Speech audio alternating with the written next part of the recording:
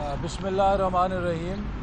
آج احتساب عدالت میں نارووال سپورٹ سٹی کے ایک جھوٹے ریفرنس کی اور پیشی بھگتی ہے، اور یہ جھوٹے ریفرنس ثابت کرتے ہیں کہ یہ حکومت نظام عدل کا کتنا وقت ضائع کر رہی ہے کہ ایک ایسا ریفرنس جو پبلک ویلفیئر پروجیکٹ کو بنانے کے لیے لگایا گیا، ایک ایسا منصوبہ جو پاکستان کے نوجوانوں کو کھیلوں کی جدید ترین سہولت دینے کے لیے بنایا گیا، اس میں الزام یہ نہیں ہے کہ میں نے خدا نخواستہ کوئی کمیشن لیا، کوئی کک بیک وصول کی، کوئی مالی فائدہ حاصل کیا یا کسی کو مالی فائدہ پہنچایا۔ Narowal support city Rawalpindi ring road scandal نہیں ہے۔ نارووال سپورٹ سٹی میں الزام یہ ہے کہ نارووال کے اندر ایک قومی سطح کا انفراسٹرکچر کا پروجیکٹ کیوں بنا؟ تو کیا نارووال ہندوستان میں ہے؟ کیا نارووال اسرائیل میں ہے؟ کیا نارووال میں قومی سطح کا منصوبہ نہیں بن سکتا تھا؟ یہ ایک ایسا بھونڈا ریفرنس ہے جو پاکستان میں علاقائی بنیادوں پر امتیاز پیدا کرتا ہے۔ ریاست کسی ادارے کو ڈیولپمنٹ سے ایکسکلوڈ نہیں کر سکتی۔ اسی طرح اس ریفرنس میں اس بات کی تصدیق موجود ہے کہ تمام اپروولز کمپیٹنٹ فورمز نے دی ہوئی ہیں، لیکن نارووال کے اندر ایک اور منصوبہ جہاں 17 ارب روپے بغیر کسی منظوری کے قواعد و ضوابط کی دھجیاں اڑاتے ہوئے کرتارپور میں لگائے گئے، نہ PC1 بنا، نہ CTWP سے اپروول لی، نہ ایکنک سے اپروول لی، نہ پیپرا رولز کو فالو کیا، نہ کوئی ٹینڈر دیا، سنگل سورس کے اوپر 17 ارب روپے کا منصوبہ بنا ہے۔ کیا نیب میں جرت ہے کہ وزیر اعظم اور وزیر منصوبہ بندی کے خلاف کرتارپور کی قواعد و ضوابط کے خلاف تعمیر پہ ریفرنس بنائے؟ میں دیکھتا ہوں چیئرمین نیب میں کتنی جرت ہے، جو ٹی وی پہ آ کے بڑکے لگاتے ہیں۔ ہم کیس دیکھتے ہیں، فیس نہیں دیکھتے۔ تو جناب چیئرمین صاحب، نارووال سپورٹ سٹی نے تو تمام قواعد و ضوابط پورے کیے، متعلقہ فورمز کی منظوری حاصل کی، اور جو متعلقہ وزارت تھی اس نے ٹھیکے ٹینڈر کے ذریعے ایوارڈ کیے۔ یہاں اسی ضلع میں ایک اور منصوبہ ہے جہاں نہ کوئی ٹھیکہ لگا، جہاں نہ کوئی منظوری لی گئی، 17 ارب روپے in gross violation of all procedures and laws لگا دیے گئے۔ آپ میں جرت ہے تو پلاننگ منسٹر موجودہ اور پرائم منسٹر کے خلاف ریفرنس بنا کے دکھائیں۔ سونے پہ سہاگا یہ کہ ابھی کابینہ سے عمران خان نے 17 ارب روپے کا NRO حاصل کر لیا ہے کہ جو ہم نے قواعد و ضوابط کی خلاف ورزی کی ہے اس کی پوسٹ فیکٹو اپروول دے دی جائے، یعنی کہ بعد از کام اس کی بجائے کہ یہ ہم کر چکے ہیں، اس پہ اب کابینہ مہر لگا دے کہ سمجھا جائے کہ یہ درست ہوا۔ یہ راولپنڈی رنگ روڈ سکینڈل کی طرح کا اور سکینڈل ہے کہ جہاں پر سنگل سورس کے اوپر 17 ارب روپے کا منصوبہ بنا دیا گیا۔ اگر ٹینڈر کیا جاتا، کمپٹیشن ہوتا، تو کم سے کم 4 سے 5 ارب روپے کی بچت کی جا سکتی، کم سے کم، لیکن اس پر کوئی نہیں بنا سکتا۔ اب عمران نیازی صاحب نے فرمایا ہے کہ میں جھکوں گا نہیں، میں مافیاز کے ساتھ ٹکرا جاؤں گا چاہے میری حکومت چلی جائے۔ نیازی صاحب، حکومت تو آپ کی جانے والی ہے، ڈول رہی ہے، اس لیے نہیں کہ آپ مافیا سے لڑ رہے ہیں، آپ کی حکومت اس لیے ڈول رہی ہے کہ آپ کو حکومت چلانا نہیں آتی، آپ سے حکومت چلی نہیں ہے۔ 3 سالوں میں معیشت کا بیڑا غرق کر دیا ہے، خارجہ پالیسی کا بیڑا غرق کر دیا ہے۔ 3 سالوں میں ہر شعبے میں مافیاز کو پالا ہے، مافیاز کی سرپرستی کی ہے۔ موجودہ حکومت مافیاز کی حکومت ہے، یہ مافیاز سے کیسے لڑ سکتی ہے؟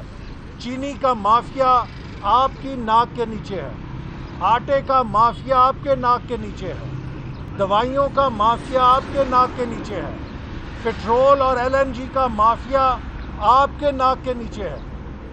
آپ نے کئی ہزار ارب کا ملک کا نقصان کیا ہے اور اپنے مافیاز کو پالا ہے جو آپ کو الیکشن میں ڈونیشن دیتے ہیں، جن کے پیسوں سے آپ الیکشن چراتے ہیں۔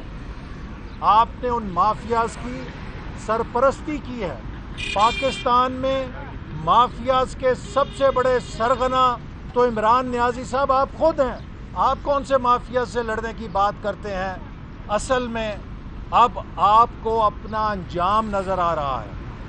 آپ کو ڈسکا میں بھی نظر آیا، وزیر آباد میں بھی نظر آیا، خوشاب میں بھی نظر آیا، نوشہرہ میں بھی نظر آیا، کراچی میں بھی نظر آیا۔ اب آپ کو اپنی شکست نظر آ رہی ہے تو آپ مافیا سے لڑنے کا بہانہ کرتے ہیں۔ ساری قوم جانتی ہے کہ پاکستان کے تمام مافیاز آپ کے سرپرستی میں چل رہے ہیں، کسی کے خلاف آپ کارروائی نہیں کر سکے اور نہ آپ کر سکتے ہیں۔ حکومت کے مشیر 2 دن سے کہہ رہے ہیں معیشت ٹیک آف کر گئی۔ اگر مہنگائی کا ٹیک آف کرنا معیشت کا ٹیک آف کرنا ہے پھر تو یقیناً معیشت ٹیک آف کر گئی ہے۔ مرغی کا گوشت 500 روپے کلو فروخت ہو رہا ہے۔ غریب آدمی اپنے بچوں کو سوائے ہانڈی میں پانی ابال کے کچھ اور کھلانے کے قابل نہیں رہا، چونکہ کوکنگ آئل کی قیمت بھی 300 روپے کلو سے اوپر جا چکی ہے۔ یہ مہنگائی کا عذاب اور مہنگائی کے پہاڑ جو ماؤنٹ ایوریسٹ سے اونچے ہیں، انہوں نے ضرور ترقی کی ہے، معیشت نے ترقی نہیں کی ہے۔ کہتے ہیں کہ 3.9% کے اعداد و شمار آ گئے گروتھ کے، اپوزیشن پریشان ہے۔ بابا اپوزیشن پریشان نہیں ہے، آپ کے اپنے حمایتی پریشان ہیں کہ یہ کہاں سے نمبر نکل آیا، اتنی دھاندلی تو ہم سوچ بھی نہیں سکتے تھے۔ یہ معیشت کی جو نمبرز ہیں یہ بھی RTS کے نمبرز ہیں۔ جس طرح RTS سے نتیجہ نکلا تھا اسی طرح یہ گروتھ ریٹ کا نتیجہ نکلا ہے۔ ایک اور لطیفہ تازہ ہوا ہے کہ وزیر خارجہ صاحب آئے ہیں اور انہوں نے بھاشن جاری کیا ہے کہ میں نے کشمیر کا خاکہ بنا لیا ہے اور میں وزیر اعظم کو پیش کروں گا۔ 2 سال ہو گئے ہیں بھارت نے کشمیر کو نگل لیا ہے، 2 سال ہو گئے ہیں بھارت نے کشمیر میں ظلم اور بربریت کا بازار گرم کر رکھا ہے، 2 سال ہو گئے ہیں کشمیری رہنماؤں کو جیلوں میں ڈال کے کووڈ کے قربانی کا بکرا بنایا گیا ہے، کرونا کے رحم و کرم پہ پھینکا گیا ہے۔ 2 سال ہو چکے ہیں، کتنی ہماری ماؤں بہنوں کی عزتوں کو پامال کیا جا چکا ہے، تو 2 سال بعد وزیر خارجہ صاحب فرماتے ہیں کہ میرے ذہن میں کشمیر کا خاکہ بن گیا ہے۔ 2 سال آپ کو خاکہ بنانے میں لگے ہیں اور کشمیری کہہ رہے ہیں خاک ہو جائیں گے ہم تمہارے خاکہ بننے تک۔ تو یہ خاکے ہی بنا سکتے ہیں، اسی طرح کا خاکہ نیا پاکستان کا بنایا تھا۔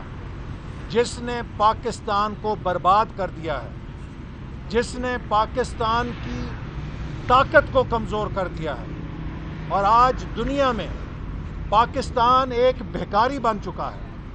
وہ پاکستان جو سی پیک کا مقناطیس تھا، وہ پاکستان جس میں امریکہ، یورپ، جاپان، مشرق وسطیٰ ہر ملک کا سفیر آ کے ہم سے کہتا تھا کہ ہم کہاں سرمایہ کاری کر سکتے ہیں، آج اس پاکستان کو آپ نے فقیر بنا دیا ہے۔ اور حکومت کے مشیر کہتے ہیں کہ جی ہمیں قرضے بڑے ملے، شرم نہیں آتی۔ پاکستان کی تاریخ میں سب سے زیادہ قرضے گزشتہ 3 سالوں میں لیے گئے ہیں۔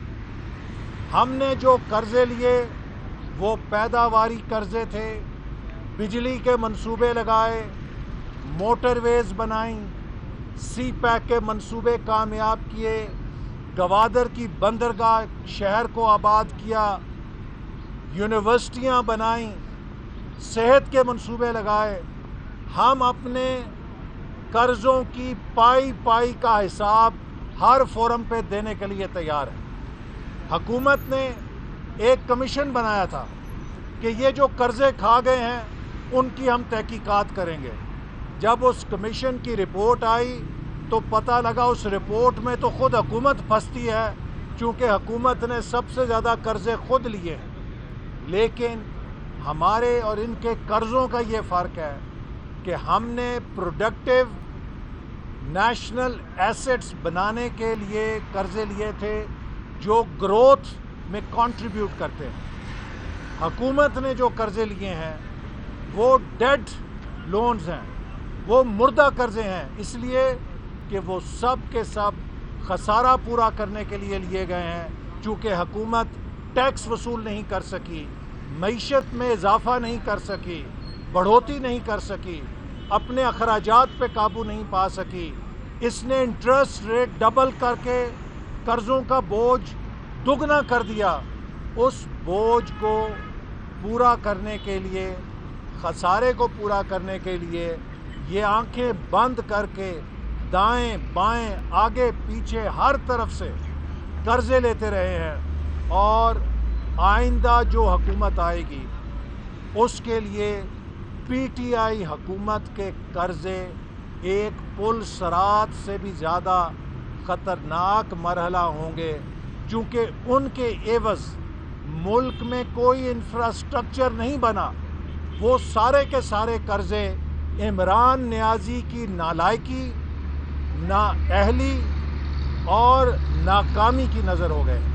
ڈاکٹر صاحب یہ بتا دیں کہ پیپلز پارٹی نے شہباز شریف صاحب کی دعوت کو قبول کر لی، کیا پی ڈی ایم اور پیپلز پارٹی میں صلح ہو گئی ہے کہ آپ آگے مل کے آگے بڑھیں گے، یا پھر ابھی تک جو تقسیم ہے؟ دیکھیے، جو شہباز شریف صاحب نے آج اپوزیشن جماعتوں کو بلایا ہے اس کا مقصد یہ ہے کہ قومی اسمبلی اور سینٹ میں اپوزیشن مل کر حکومت کے بجٹ پر مؤثر کردار ادا کرے، اور اگر حکومت نے اپنی ناکامی اور نااہلی کا بوجھ عوام پہ مزید ٹیکسوں کی صورت میں ڈالنے کی کوشش کی تو اپوزیشن اس کو نامنظور کرے گی اور اس کے خلاف بھرپور مزاحمت کرے گی۔ تو آئندہ بجٹ سیشن کے اندر ہم چاہتے ہیں کہ اپوزیشن اس کے باہمی جو بھی اختلافات ہوں وہ عوام کے مفاد میں، اس ملک کے غریبوں کے مفاد میں، اس ملک کے نوجوانوں کے مفاد میں، مزدوروں اور کسانوں کے مفاد میں بجٹ کے اندر حکومت کو کسی عوام دشمن قدم اٹھانے سے روکے۔ ڈاکٹر صاحب دوسرا سوال یہ ہے کہ طویل عرصے کے بعد چودھری نثار خان صاحب جو ہے منظر عام پر آئے ہیں، آج لاہور میں پنجاب اسمبلی کے اجلاس میں کہہ رہے ہیں حلف بھی اٹھائیں گے، کیا ان کے ساتھ بھی مسلم لیگ نون کی صلح ہو سکتی ہے یا شہباز شریف صاحب سے کوئی رابطے ہو سکتے ہیں؟ دیکھیے، چودھری نثار علی خان صاحب خود واضح کر چکے ہیں کہ وہ اپنے حلقے کی سیاست کے پیش نظر وہاں پر ایک نیا الیکشن سیٹ خالی ہونے کی صورت میں اگر وہ حلف نہیں اٹھاتے تو وہ حلف اٹھا رہے ہیں۔ باقی وہ خود اپنی سیاست کے بارے میں رائے دے چکے ہیں کہ ان کے خیالات نہیں تبدیل کیے، تو لہٰذا مسلم لیگ نون کے ساتھ ان کے کسی اشتراک کا کوئی ابھی ہمارے پاس تجویز زیر غور نہیں ہے. Thank you sir. Thank you.